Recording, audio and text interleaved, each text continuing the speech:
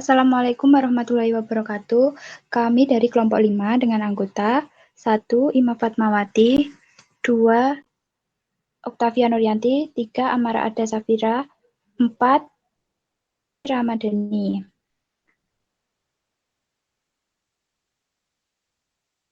Di sini terdapat 522 data mentah yang akan kita uji menggunakan SPSS. Kami membagi menjadi 5 klaster. Untuk yang pertama ada Sumatera dengan jumlah anggota 163, Jawa dan Bali 129, Kalimantan 57, Sulawesi dan Maluku 103, Papua dan NTT 70.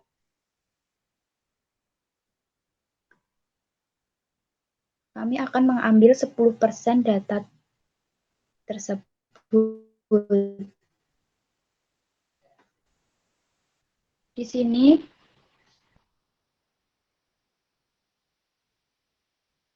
kita menggunakan metode run between. Setelah itu kita akan menguji menggunakan SPSS 26. Kita menuju terlebih dahulu ke variabel view.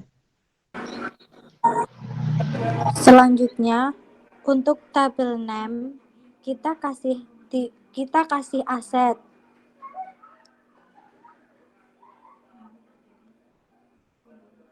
Untuk tipenya kita kasih numerik. Untuk width-nya kita kasih 8. Untuk desimalnya kita kasih 2.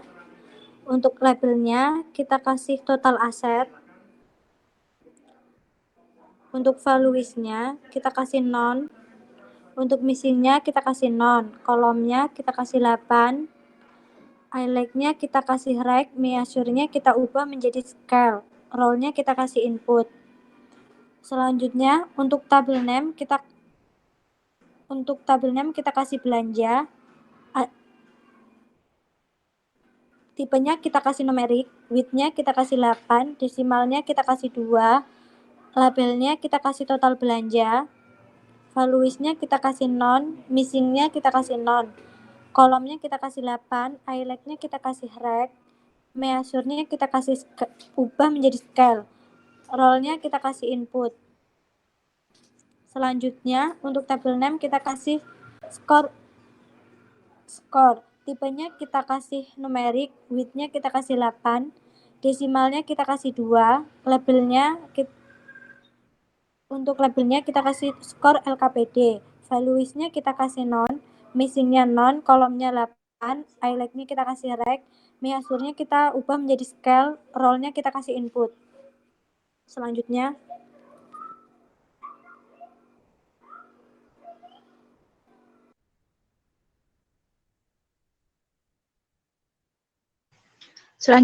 kita copy data yang sudah kita ambil tadi.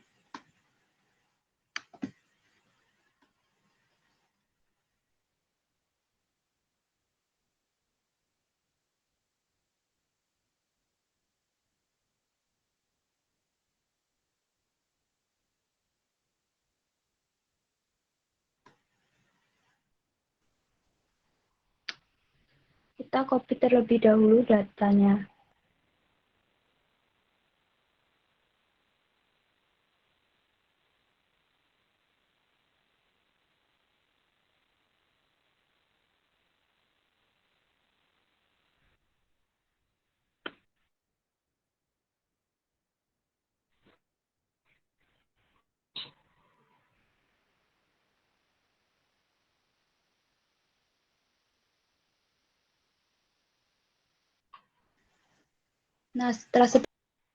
Nah, di sini kita masuk.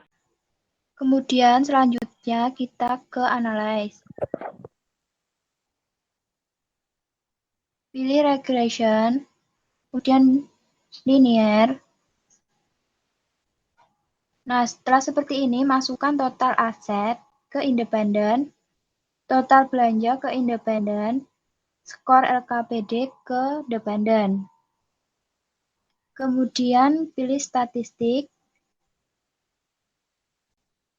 Kita centang confidence intervalnya. Kemudian collinearly diagnosis juga kita centang. Kemudian continue. Setelah itu plot. Kita masukkan ke X. Ini kita masukkan ke Y. Kemudian kita centang histogram dan normal probability plot. Kemudian kita continue.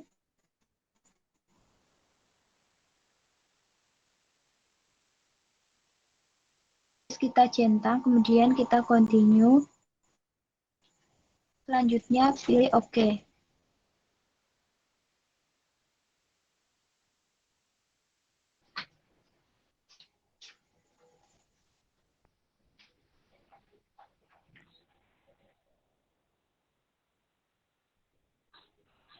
Nah, setelah seperti ini, muncul beberapa tabel yang sudah diuji asumsi klasik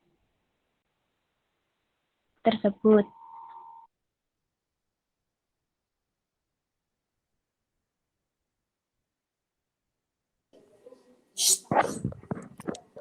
Kemudian ada tabel variabel insert atau remove. Tabel ini menjelaskan tentang variabel yang dimasukkan serta metode yang digunakan. Dalam hal ini variabel yang dimaksudkan adalah variabel total belanja dan total aset sebagai variabel independen dan skor sebagai dependen. Kemudian ada tabel model summary. Tabel ini menjelaskan besarnya nilai korelasi atau hubungan R yaitu sebesar 0,277. Dari output ini dapat diperoleh koefisien determinasi atau R-square sebesar 0,77 yang artinya bahwa pengaruh variabel bebas total aset dan total belanja terhadap variabel terikat sebesar 77%.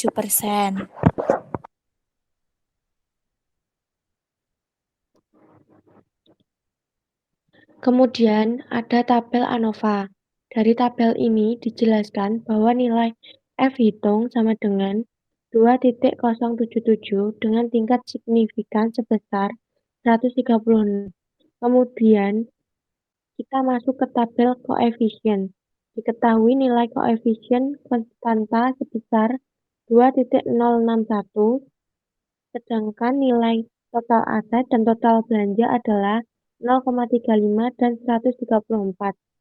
Persamaan tersebut dapat diterjemahkan bahwa konstanta sebesar 2.061 mengandung arti bahwa nilai konstanta variabel partisipasi adalah sebesar 2.061, kemudian koefisien regresi X sebesar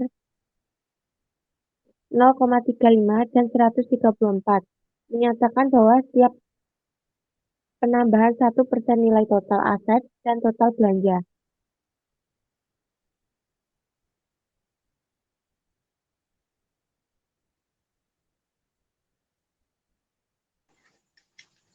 Kemudian di sini uji multikorelitas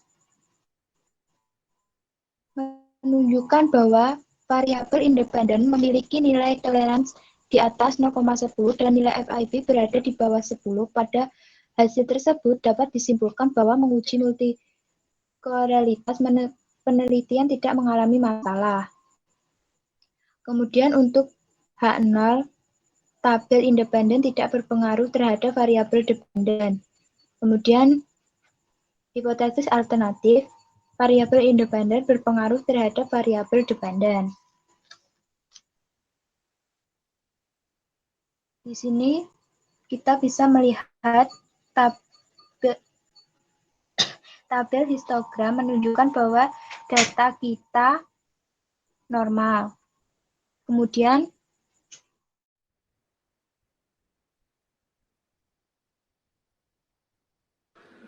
Untuk kesimpulannya, model regresi berdistribusi normal, dasar pengambilan keputusan uji multikal dan VIP tidak terjadi multikal.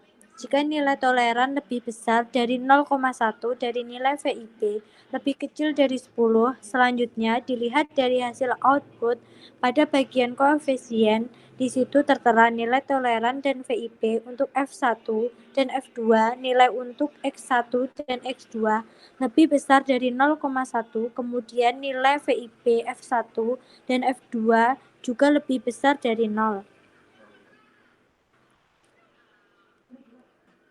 Cukup sekian presentasi dari kelompok kami. Kurang lebihnya kami mohon maaf yang sebesar-besarnya atas perhatiannya. Kami ucapkan terima kasih. Wassalamualaikum warahmatullahi wabarakatuh.